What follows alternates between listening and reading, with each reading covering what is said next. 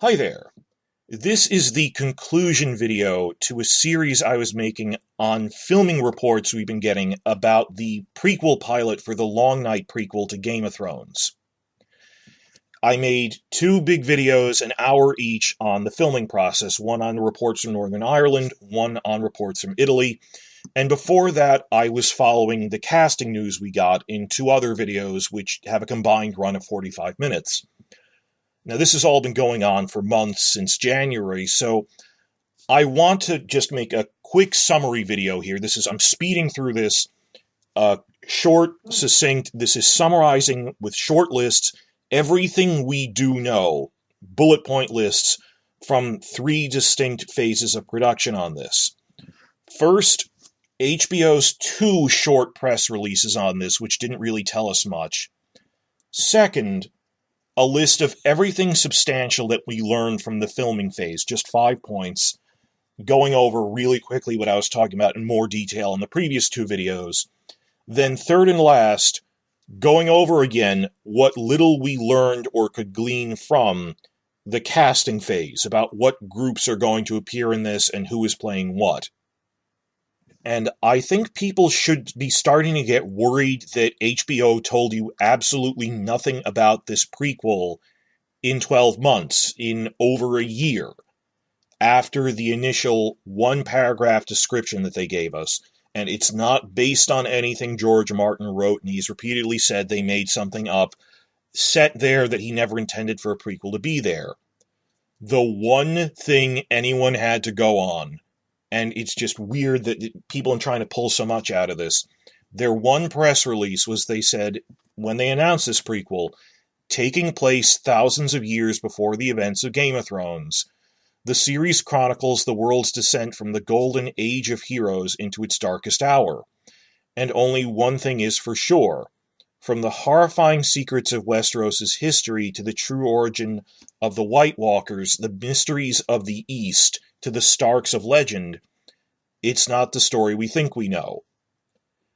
That tells us almost nothing. Most of it's just reiterating, if it's called The Long Night, that's what it is. They actually didn't call it The Long Night. They didn't give a title for it. They just said, we're going with Jane Goldman's. And the next day, George R. R. Martin had to say, I would call it The Long Night. But we know all of this, that The Long Night would involve the Age of Heroes, that it would involve the origin of the White Walkers, that it would involve the legendary Starks. That's not new. If you just in the phrase, it's a Long Night prequel. What else did we learn from this press release? Other than it's about the Long Night. The phrase, mysteries of the East, features into it, and this cryptic, it's not the story we think we know. Now, given how Melisandre's people, the Red Priests of Ashai, have all of these legends about the Lord of Light, and you get the sense it's distorted their version of their legends about the Long Night, because they say there was a point when the world descended into darkness and a lone hero won back the dawn with a flaming sword. That there is some connection between her religion and the myths about the White Walkers, though how exactly we're not sure when they're on different continents, but that's not crazy. That's okay. Something would involve the Red Priests of the East. So I think we'll get another Melisandre-type character coming to Westeros, which would inspire all of the prophecies and legends that Melisandre herself, thousands of years later, is reciting. But people have taken that Mysteries of the East line to basically use it so vaguely to justify any other group from the Eastern continent coming to Westeros, or actually going there as a location in the show. All they said was Mysteries of the East, and that could mean as little as we'll get another Melisandre-type character from the East who's a major warlock or something. And the only other thing we got, not even a press release, was when they cast Naomi Watts, the first person who was cast on October 30th, their one-line description of her is, she's a charismatic socialite hiding a dark secret. And people are kind of, wait, they don't really use the word socialite. It's a little modern. Like, I guess if you're like a general TV audience, you could kind of describe like Marjorie Tyrell as a socialite, in that she's this aristocrat in the nobility, but it's really anachronistic to use it in that kind of setting, but whatever. Maybe that's just the turn of phrase they like to use. So she's some noblewoman socialite hiding a dark secret, mysteries of the East. This told us practically nothing. Moving on from that, what could we tell from the filming phase that wasn't just, wow, they're building some little village out of wooden buildings somewhere, but things of substance to try to figure out what story they picked to do in this? From the filming phase, there are really only 5 points, and they're not very informative. Point 1. The Starks and White Walkers are in it. And this goes without saying, but they confirmed this. That Martin outright said the Starks and White Walkers are in it. The press release said they're in it. And there are probably more direwolves and mammoths at this point in history. Martin alluded to that, but we assumed that goes without saying. Also, we saw a prop rowboat with direwolf heraldry carved into it. And this prominent, it looks like an archaic version of the Stark heraldry on it. Point 2. They've been filming in a lot of cave sets. That when we see what little we can from spy photos of the Belfast set, there's this giant weirwood heart tree, which might be Winterfell, might be something else. And this probably implies the Children of the Forest are going to be in Season 1, as opposed to we have to make this quest to find the Children of the Forest, and we find them in Season 4, the way Game of Thrones did.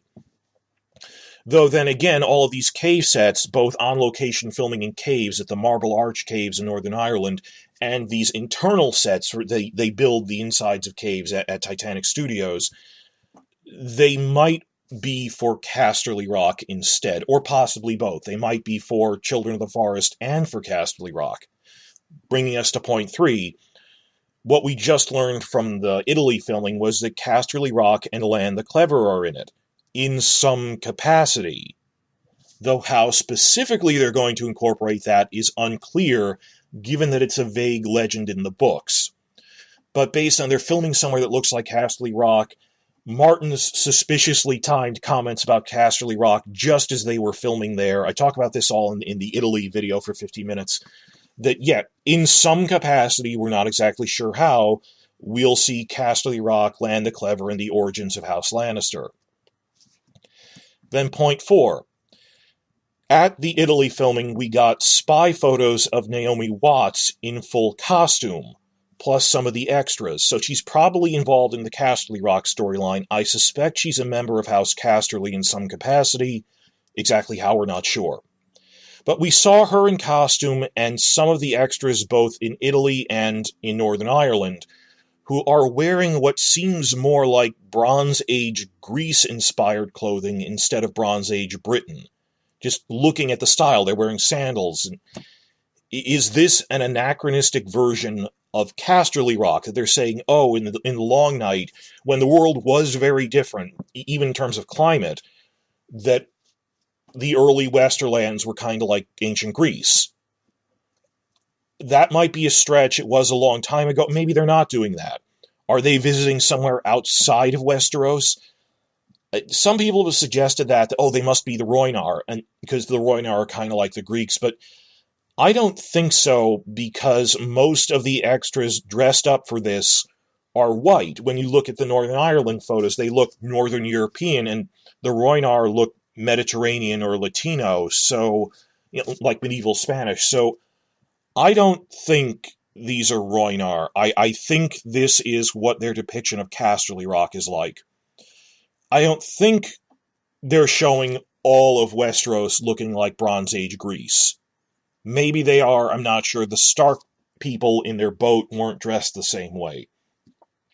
But that, of course, brings us to the 5th and final point. We saw a bunch of rusted iron suits at the filming location in Belfast around Titanic Studios. There was this big stack of rusted iron suits of armor. And as many have pointed out in the comment sections of my first 2 videos, the first men used bronze, which rusts green. It patinas green. It's made of copper and tin. It's like the Statue of Liberty or when penny rusts. They're green, not red. That's how they oxidize. So Either they're not paying attention, or this iron armor belongs to some other group, possibly just some ancient civilization ruins. So we got what's clearly iron armor here, even though the first men used bronze. Does this mean that they kind of forgot and are giving the first men iron weapons anyway? Or does it mean we're seeing iron armor of the Andals in Essos, or the Roinar, or some other group in Essos? I lean towards the idea, given that they're really rusted, that they're just in ruins from some other lost civilization that came before them, which, fine, lots of other civilizations discovered iron independently. And that, like, when we see the White Walkers, we'll see them raising the dead from long-forgotten battles on some ancient battlefield wearing rusted iron. That could work. So it's just 5 points. Starks and White Walkers are in it, and there's going to be direwolves and mammoths. That's just an assumption. There's a lot of cave sets. Casterly Rock and Land the Clever are in it in some way. Naomi Watts is probably part of the Casterly Rock storyline, and her and a lot of other people are wearing this stuff that looks like Bronze Age Greece attire more than Bronze Age Britain. And even though this is Bronze Age Britain analog in Westeros, the first men only know bronze, we see all these rusted iron suits. What's going on? These are the only 5 points we could tell from the entire filming process. What about preceding that? What do we know from the casting phase? I already went through this thoroughly in my news videos analyzing it these past 2 months. I made one big 35-minute video for the January casting wave and a 10-minute update for the March casting wave. If you're interested, please watch them.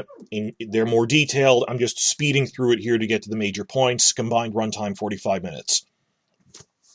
The casting sheets didn't give out names in order to avoid leaking information. They're assigned these alphanumeric code names like V2 or S1, and they only describe 3 factors: age, gender, and race ethnicity. Of these, the only one that might give us some information is race ethnicity, of, okay, what location or group are they filming? So based on that, I tried to figure out if any of the actors who have been cast matched those casting sheet descriptions. The first 4 casting calls that went out last fall were codenamed A, S, I, and F, which fans noticed are an acronym for A Song of Ice and Fire. It seems that these are important characters, therefore, though we have no way of knowing for sure. That you codenamed them A Song of Ice and Fire. They were the first casting call to go out. Now, of these, let's try to match them. Well, letter I matches the gender, race, and age of Georgie Henley. I'm pretty sure she's playing I. And this can match up because no other Caucasian female in her early 20s is in the cast. So I can link that up pretty well. A Caucasian male they have a lot of, so that it becomes self-defeating there. If they've got half a dozen white male in his 30s or white male in his late 20s, but when they're particularly young or they're a different race or female, there's fewer of those, so I can kind of try to link them up. Okay, so the only person that matches that is Georgie Henley. S and F, meanwhile, matched the race, age, gender of Naomi Ackie and Sheila Atim. A was a special case because they kept putting out the casting call for it over and over again, and eventually did in the second wave in March. I think it might be someone as important as a Jon Snow character, therefore. That this is the only character described as looking mixed race. No one was announced like that in January, but then 6 weeks later, in March, one of the people announced was actor Marquis Rodriguez, who he looks mixed race, and he's one of the only people in his early 20s, male. So, yeah, he is the only person to match the description. I think he's probably a very important character. However, important, not all of the actors and casting call descriptions matched up. Probably because major roles like Naomi Watts were hand-picked without an open casting call audition process. And this is entirely normal. Like, Tyrion There was no audition process for Tyrion on Game of Thrones. They directly negotiated with Peter Dinklage. Some of the really important roles that you would handpick. So that's fine. There's nothing wrong with that.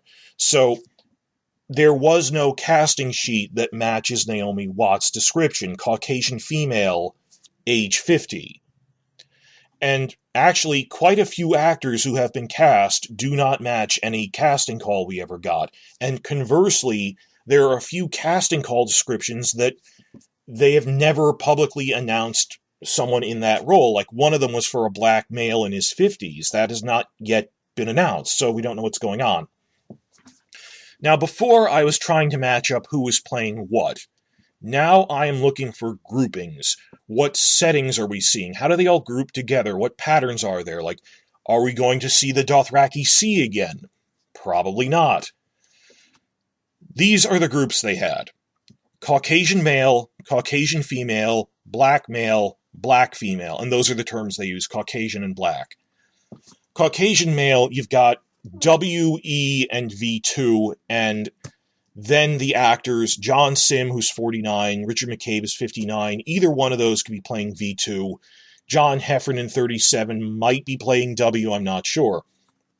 And then you get these other four white male actors who there was never a casting call for white male late 20s. Josh Whitehouse, Toby Regbo, Alex Sharp, and Jamie Campbell Bower. So there's quite a few white males. Then you have Caucasian female, who, like I said, I think that's Georgie Henley, 17 to 25, she's 23. N, who is 31 to 34. M3, who's 28 to 31. Then you have Naomi Watts, who's 50, Miranda Richardson, who's 60, and Dixie Edricks, who's 14. Black male, B3, age 50 to 63, and then Ivano Jeremiah, who's in his 20s. Black female, S, early 20s, probably Naomi Ackie, F, late teens, probably Sheila Tim, and S2, who's in her 40s to 60s. Is that the mother or aunt of S? I have no idea. These four groups, and then not even a fifth group, just this oddball standing apart from the others. You have A, mixed race, male, age 17 to 22, who I'm pretty sure is Marquis Rodriguez. So that's all of the information we got from these three phases. Press releases from the filming phase and from the casting phase before that. Next section now. What do we make of this? What can we analyze? What do we think they're doing using critical thinking and not wish lists?